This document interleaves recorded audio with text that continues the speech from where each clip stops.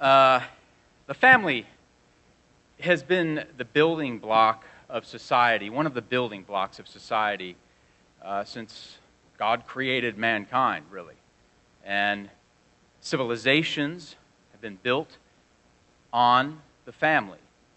Of course, we know now there is certainly a war on the family, especially, in the United States, where we feel it. We feel it on the news. We feel it in the schools. A war against the family, something that God has established, something that God put into place. A couple of headlines I want to read about the status of the family in the U.S. 2014 Pew Research article published an article entitled, "Fewer than half of U.S. kids today live in the traditional family." A Daily Signal article, majority of U.S. teens don't live in intact families. The push on our modern family, our modern post-Christian liberal society lessens the importance of the family in society. Of course, we have the homosexual agenda. We've got the issue with the confusing girls and boys. What has it led to? It's led to problems. To think that the mass shootings that we see, depression, suicide that we see, isn't related to this. As a society, we're fooling ourselves. And we'll see as we get into the sermon that these things are directly related to the family. Mass shooting, depression, suicide, drug abuse, legal drugs and illegal drugs are influenced by this problem. Let's go to 2 Timothy. 2 Timothy 3 and verse 1. 2 Timothy 3 and verse 1, of course, Paul talking to Timothy. And looking forward to our day now. 2 Timothy 3 and verse 1. But you know this, in the last days, perilous times will come. We're living in the last days now. Perilous times will come, for men will be lovers of themselves, lovers of money, boasters, proud, blasphemers, disobedient to parents. And that's brought on by this downplaying of the importance of the family in society. Disobedient to parents, unthankful, unholy, unloving. This is what we're seeing. This is why we have the mass shootings on a regular basis. Certainly that's not driven by love, by outflowing concern for others. Without self-control, that's certainly a lack of self-control. Brutal, despisers of good, traitors, headstrong, haughty, lovers of pleasures rather than lovers of God, having a form of godliness but denying its power, and from such turn away. And of course, as God's people, we have a job. We have a commission, one, to preach the gospel to the world and the Ezekiel warning. But inside of our bubble, our family, it's our job to teach and train and build and encourage and edify our families. That's our job. You think about the minas and the talents, the parables. With what we do now, if we can do well with it now, God then knows He can trust us with something great in the future. Because whatever we do now, it's only little in comparison to what's coming. It's only small. And our families, well, in one way, certainly a big deal for sure, right? But it's small compared to what's coming. And how well do we do with our families now? It's our job to turn away from these things and to teach and train our children in God's way of life. As followers of Jesus Christ in the Bible, it's our responsibility to teach and train our children in God's way. Let's turn to Malachi 2. Malachi 2. We're either going to go really short here, or we're going to go really long. No, we're not going to go really long. Just kidding. Malachi 2. We're familiar with this. What's at least one of the major reasons for marriage? One of the major reasons for a family. Malachi 2 and verse 14. Yet you say, for what reason? Because the Lord has been witness between you and the wife of your youth, with whom you have dealt treacherously. Yet she is your companion and your wife by covenant. Verse 15. But did he not make them one, having a remnant of the Spirit? And why one? Why did God make husband and wife one? One of the reasons, at least one of the main reasons. Continuing, verse 15.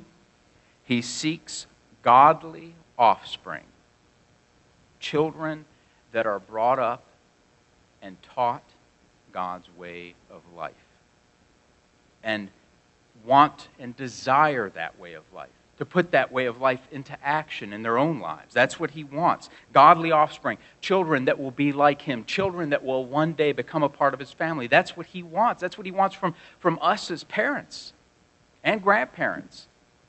He wants us to teach our children. And we all know that, of course. That's what we're trying to do. And of course, we can always grow and improve. I want to read from, if you haven't read Successful Parenting God's Way, I would encourage you to read that. Very, very powerful booklet, very helpful. I know for my family and I, it's helped shape the way we think about and interact with our family, and I'm sure many have gained a lot from it. If you haven't read it, I would encourage you reading it. Even if you're not a parent, it just gives perspective and understanding. If anybody asks, even if you're not a parent, you can give input and advice as it's appropriate. I want to read from page 2. Dr. Fall writes, for Christian parents, the ultimate goal is to lay a foundation in their children's young, impressionable years, so they will always desire to fully seek God as their Father. That is the goal. Though parents cannot force children to make the right decisions, the goal of godly parenting is to help our children want to walk in the footsteps of parents who are living God's way of life and who are walking in the footsteps of their spiritual father. As parents, we want to develop our children's desire to follow God, not just emphasize our desire for them to follow God. So building that desire in them, that's a part of it. Thinking about why God chose Abraham, let's go to Genesis 18. Genesis 18. So here's Abraham and Sarah.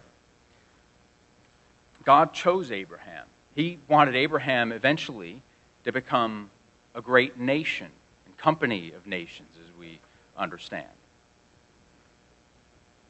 And why did he choose him? We have at least part of the answer here in Genesis 18, right before God is going to destroy Sodom and Gomorrah. Drink some water here. So the good thing about going first is it doesn't matter which cup you pick up. Genesis 18 and verse 17. And the Lord said, shall I hide from Abraham what I'm doing? Since Abraham shall surely become a great and mighty nation, and all the nations of the earth shall be blessed by him. Started out as a husband and wife, Abraham and Sarah. But to become something great that God wanted his truth carried down through. And it is the Israelite nations that have held on in a certain way to God and to God's Word, and to whatever truth is out there. Verse 19, for I have known him in order that he may command his children and his household after him God knew that Abraham would continue to teach his statutes, his judgments, his commandments to his children and his children's children, that he may keep the way of the Lord to do righteousness and justice, that the Lord may bring to Abraham what he has spoken to him. He trusted and knew that Abraham would do what he wanted him to do, and that was to teach his children and his children's children down through the generations. And as Christians, as God's people, that is our job, to teach our children and our children's children, and to make sure this way of life continues with everything within our power. We can't control all of it, but everything within our power to help teach and carry it on for generations. And there are some in here who are fourth and fifth generations in God's church. Fourth and fifth generations. Because it has been faithfully taught and faithfully carried on. And that is our job. So in this sermon, we'll examine 3 practical and proven points that promote healthy families.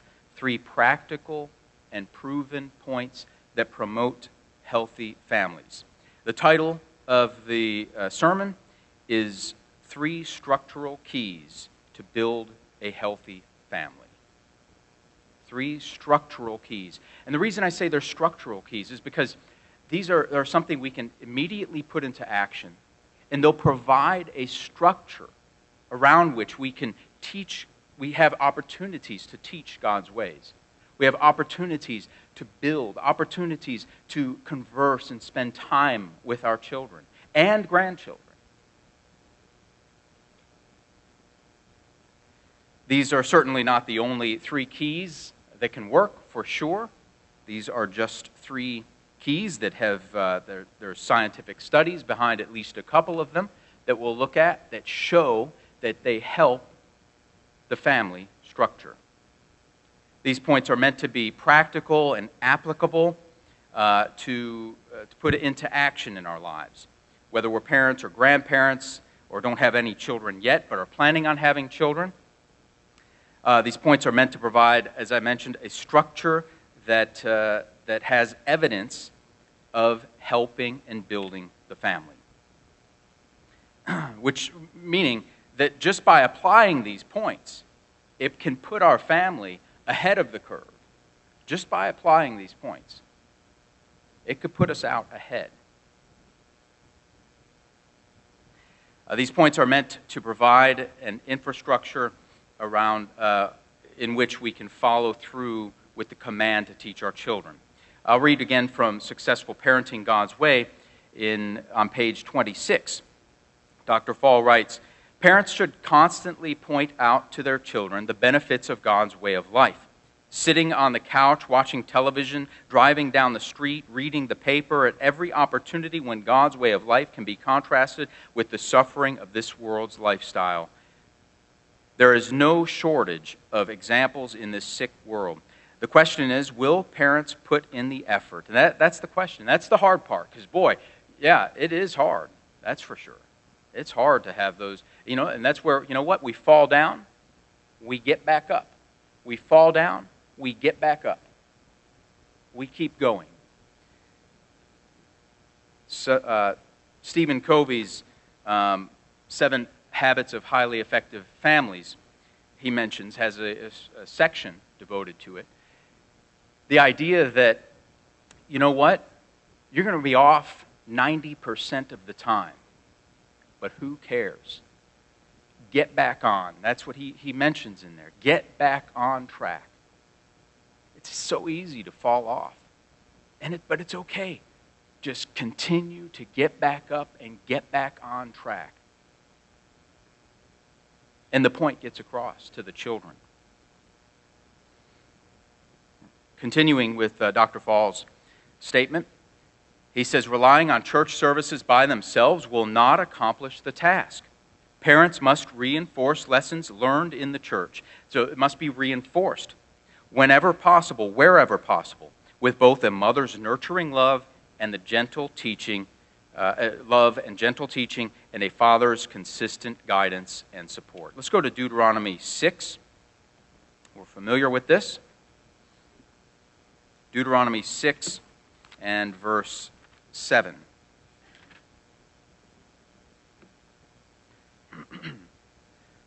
And again, we'll get into the points in just a minute. Just want to set it up for the points. Deuteronomy 6 and verse 7. You shall teach them diligently to your children, and shall talk of them when you sit in your house, when you walk by the way, when you lie down, when you rise up. All the time we teach God's way of life to our children. You shall bind them as a sign on your hand, what we do with our hand, and shall be as frontlets between your eyes, what we think with our mind. And you shall write them on the doorposts of your house. There'll be something that we talk about that is intricate and it's a part of our family. Write them on the doorpost of your house and on your gates. And these points are not so much about trying to change our children, not trying to get our children to change. But these points are about changing maybe what we do in our family. Working and creating a structure in our family that can help and benefit our children. Not to get our children to change or to get our children to behave as much as they are about changing how we run our family and changing ourselves. You know, before God called me, or before I responded to His calling, I should say, I did not like my brother at all. I hated my brother, actually. I actually mentioned that at his wedding. My wife gets on me every time that I for the toast. I said, I used to hate my brother. That's pretty strong words, but that is, I don't know. That's how I felt. And then I thought it was his fault. No, I did. I thought he was the one that caused it. He was the problem. Then I responded to God's calling and repented and, got down, prayed for the first time, really. And, over the period of time that, in serious repentance mode, let's say, trying to work through which way I had been going to the way I needed to go. And no joke, within a week, we were best friends. And he didn't change at all. It was only me. Only me that changed. And we were best friends. It was my fault. The whole thing, for all those years, was my fault. This isn't about changing our children or changing their behavior as much as it is about changing how we interact. Let's go to Ephesians 6, verse 1. Well, if I don't quickly get to these points, we're not even going to have time to go over the points. Ephesians 6 and verse 1. That'd be really disappointing, though. Children, obey your parents in the Lord, for this is right. And any children? Hey, are there any children? Raise your hand. Raise your hand. Children, I want to see. Oh, wow. Like small children. Okay. I see one. That's good. There's a couple. All right, good. Children, obey your parents in the Lord. That's what God says. For this is right. Honor your father and your mother, which is the first commandment with promise, that it may be well with you and that you may live long on the earth. And verse 4, I think verse 4 is so important.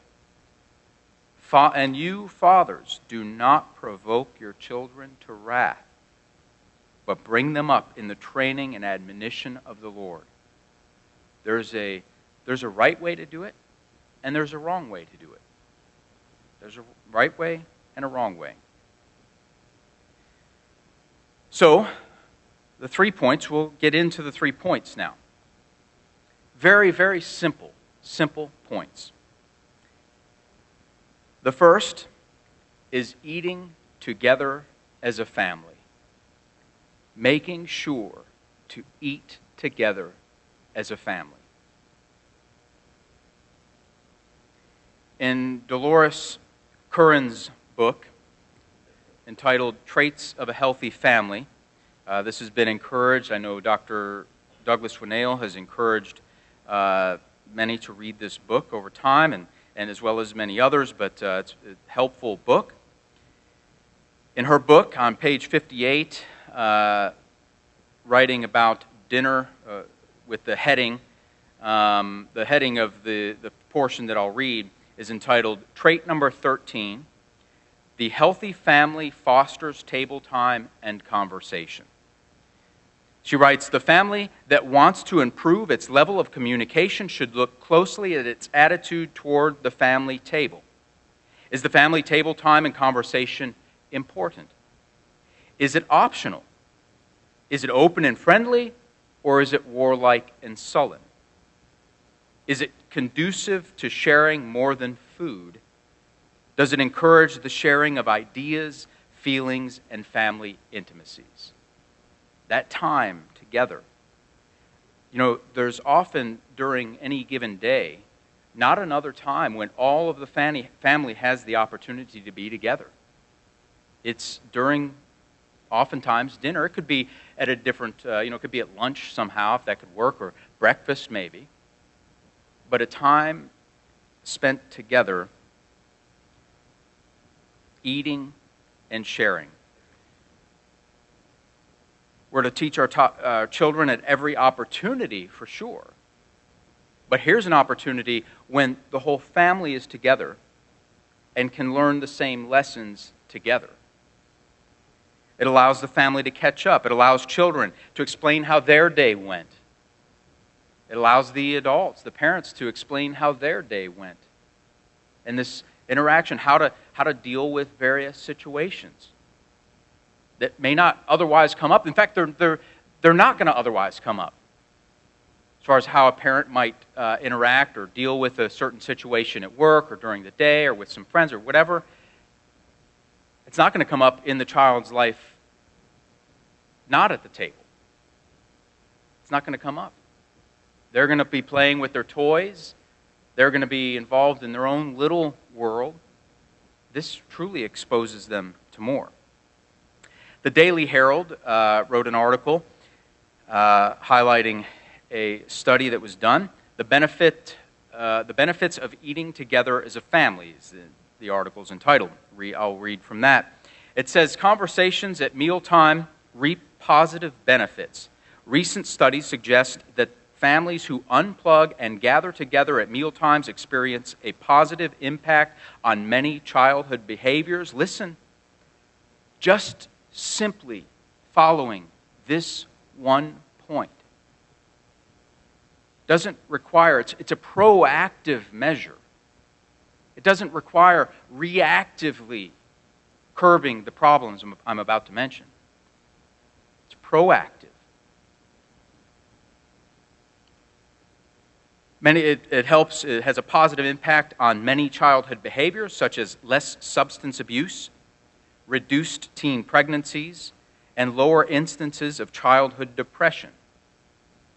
In many cases, kids who eat dinner on a regular basis with their family also have higher esteem, self-esteem, and above average grade point averages. Having regular conversations around the dinner table can help boost vocabulary and public speaking skills. Eating home-cooked meals can also have a positive effect on childhood obesity. This one point. This article continues, raising kids takes time and intention. Turning meal times into a safe haven to share updates can have a lasting effect on kids' lives. If there is a lull in the conversation, be prepared to share about your day. Perhaps a funny story will get everyone laughing and help the kids open up.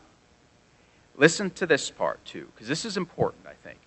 If this isn't, I'm sure that it's normal for most of us. The level to which we put it as a priority, the degree to which we put it as a priority, we can ask those questions to ourselves if we're already doing it. But if it's not normal yet,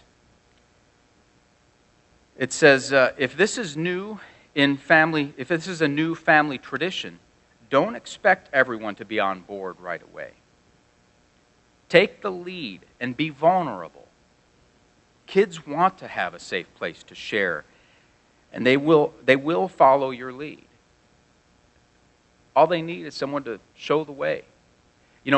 For a couple of these other points, or at least one of the other points of the three, I asked my kids last night, I said, was it awkward when we started doing some of these things? Because it felt awkward to me to kind of start something that wasn't already being done. It felt awkward, for maybe like a minute. But then you get over it, you get past it. And the kids said, they had no idea it was awkward for me. The only person who was awkward for was me. Meal times, the article continues, make meal times a time your family looks forward to each day. So this one key helps. I'm going to read from, but just list out some points, some additional benefits that the American College of Pediatricians reported on. The benefits of the family table. One is academic benefits. 40%, those who eat dinner with their family on a regular basis are 40% more likely to have A's and B's in school. Like we said, higher than average, grade point average. With that, because maybe why? Well, there's a certain accountability there. You're sitting there with dad and mom at the table, and they want to know how things went. It encourages family discussion, the study continues, or the report continues. Encourages family discussion, healthy nutrition, less likely to have eating disorders, more likely to eat healthier overall. It encourages and causes less television viewing time. It has a decreased, kids who do it on a regular basis have decreased risk of drug, alcohol, and nicotine use. Decreased other high-risk behaviors such as sexual activity and depression, which we already heard about. Improved family relations, and it has several points under improved family relations. Teens having frequent family dinners are more likely to report having excellent relations with their family. This one simple key made a priority in the household. 1.5 times, kids would be 1.5 times more likely to have an excellent relationship with their mother, twice as likely to have an excellent relationship with their father. Teens surveyed state that they like family meal times. And 71% of teenagers in one survey said that they consider talking and catching up and spending time with family members as the best part of family dinners.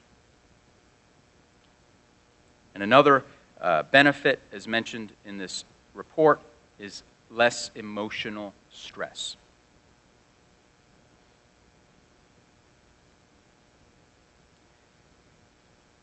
What are some things that could be talked about at the family dinner table? One is family lessons that come out during the day, how the family's day went, how the children's day went, what happened. And of course, then there's this interaction, the parents being able to teach and help and take advantage of teachable moments. Talking about family goals. Boy, when the family's on board with it, it makes it fun. And what can the family do to improve, to grow? And getting that from the kids. And boy, they have great ideas. Okay, so point number one, key number one, eat dinner together as a family. Key number 2, read together as a family. Reading together out loud as a family. New York Times article reporting on a study that was done. The name of the article, the title of the article is Reading Aloud to Young Children Has Benefits for Behavior and Attention. Just implementing this. Again, a proactive step. Study performed, the article says, a study performed by the American Academy of Pediatricians. This study was about reading and playing. Oh, I'm sorry, this is just some comments I have. This study was about reading and playing together with your children. I want to focus on the reading portion. We're going to focus on reading.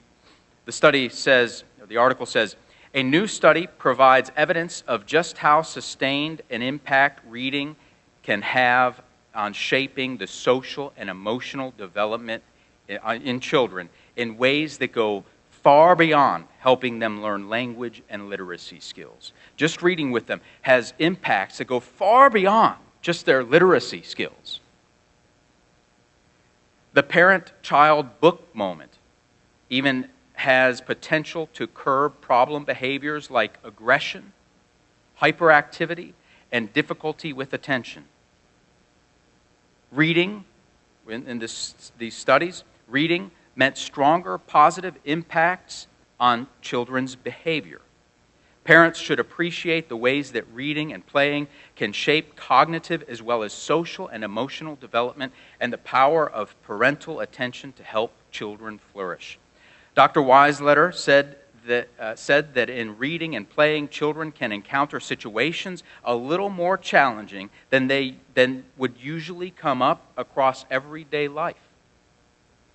You read about circumstances and situations that the children would probably never experience, or at least not experience until adulthood.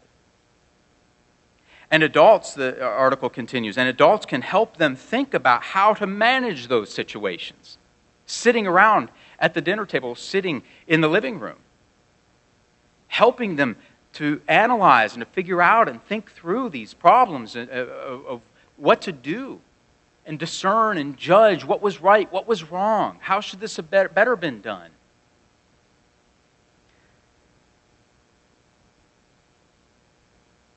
Reading aloud, the article continues, reading aloud and playing imaginative games may offer special social and emotional opportunities. We think when parents read with their children more, the children have an opportunity to think about characters and to think about the feelings of those characters.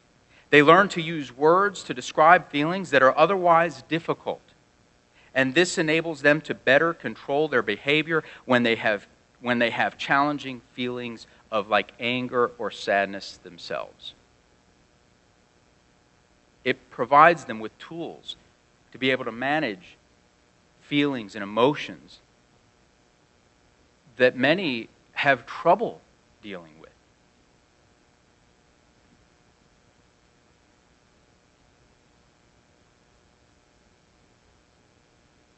And I would encourage how to put it into action. Just a couple of thoughts.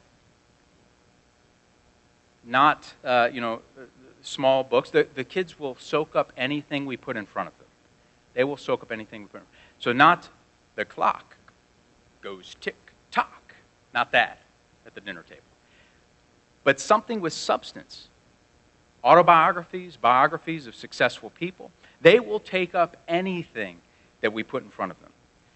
I know that one person had encouraged this, and we tried it at the house. This is years ago, and I was reading a book. It was called My Grandfather's Son. It's the autobiography of Clarence Thomas. I said, well, let me just try to read some of this. Right, interesting part of it. I read it out loud to the family, and boy, they liked that. Right, and then the next Friday we were going to have a sleepover just with the family in the living room. So we were all going to sleep in the living room, just have fun doing that. And I thought, hey kids, you want to read before we go to bed? And again, just kind of getting used to this, didn't really know. I was thinking, the clock goes tick-tock. okay? And they said, no, we want to read about Clarence Thomas. I said, what? Why do you don't want to read some fun stories? No, they wanted to read about Clarence Thomas. They got engaged in the little bit that we read, a few pages that we read. They got engaged in it. They will soak up anything that's put in front of them. So, and that's where some real benefits can come. Point number 3. So point number 2 is reading together as a family. Point number 3 is praying together as a family. Praying together as a family. This puts God in the center of the family relationship. It's very clear. It's very abundantly clear. When the family gets down on their knees together, and the parents look to God, and the children know that the parents look to God for guidance, for input, for direction, for advice, for help, for saving us from trials, for any various or host of issues. And the parents see that. The children see that. The children know that. The children know who to go to when there's trouble. The children know who to go to when they need help, when they need encouragement, when they need strength. Making a regular habit, even if we're tired, even if we don't feel like it, making it an absolute priority in our family.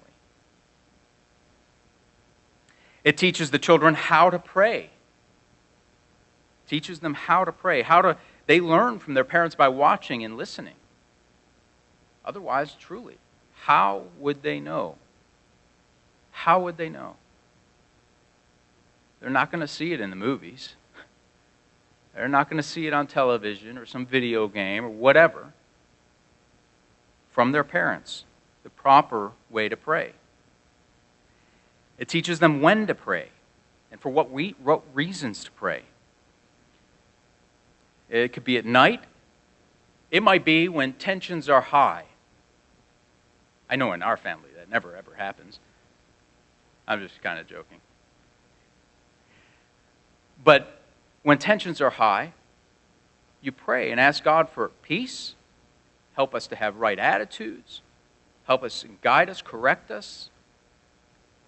They see how to work through those. When making tough decisions, when a tough decision needs to be made, asking and praying for God's guidance and direction with that.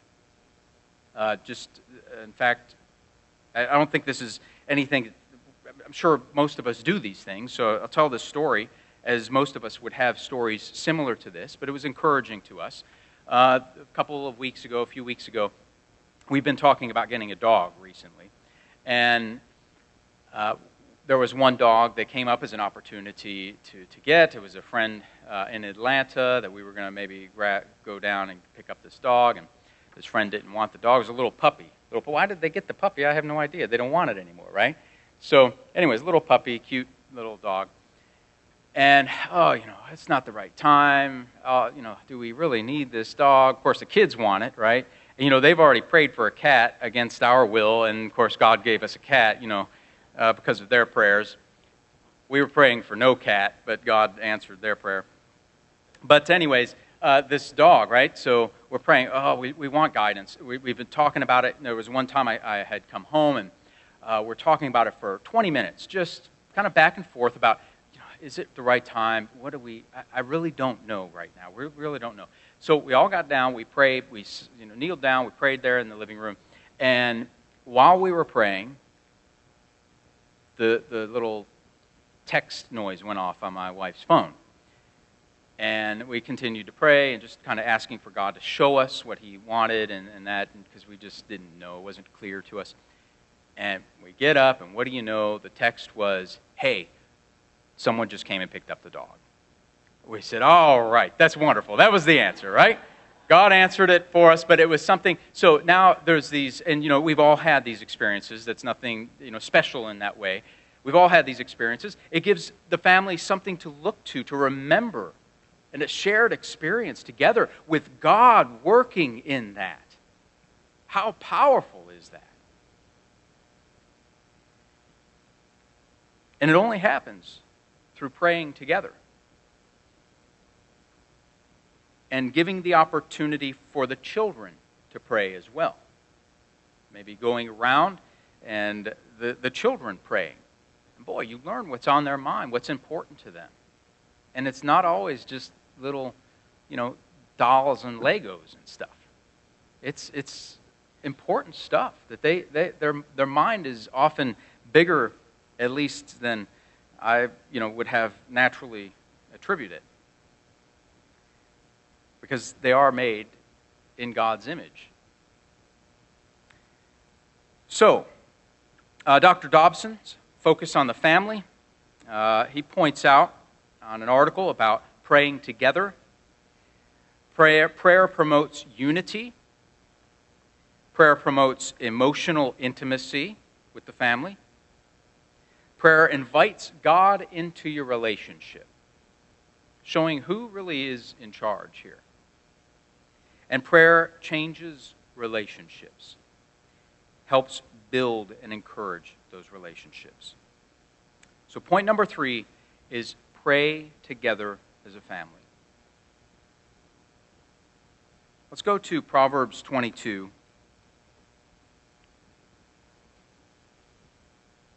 Proverbs 22 and verse 6. Proverbs 22, verse 6. Train up a child in the way he should go, and when he is old, he will not depart from it. Providing a structure to be able to teach and train our children. And this structure that we talked about, these 3 structural keys, by themselves have benefits. By themselves provide this infrastructure for the family to work within. We add in teaching God's ways and God's way of life and how that fits in with the 10 Commandments and the various problems and troubles of life and how to judge right from wrong, giving advice, sharing wisdom. That helps. And this is a structure that can be worked within that puts us ahead of the curve. It has a potential to do that. So in this sermon, we've covered 3 structural keys to provide a breeding ground for healthy families. Eating together as a family, reading together as a family, and praying together as a family. If we're already doing these things, and great, we can keep growing in it, because you can always improve and grow and build on it. If we've done these things in the past, but we've gotten off track, that's fine. That's the way it goes. We get back on track. And you fall off and you get back on again. If we're not already doing these things, and remember, it could be awkward to begin sometimes, but only for about a minute or 2. And then it has eternal rewards. Eternal rewards. If implemented, the benefits can be peace and happiness and joy for generations for our children that can one day become a part of God's family for all eternity.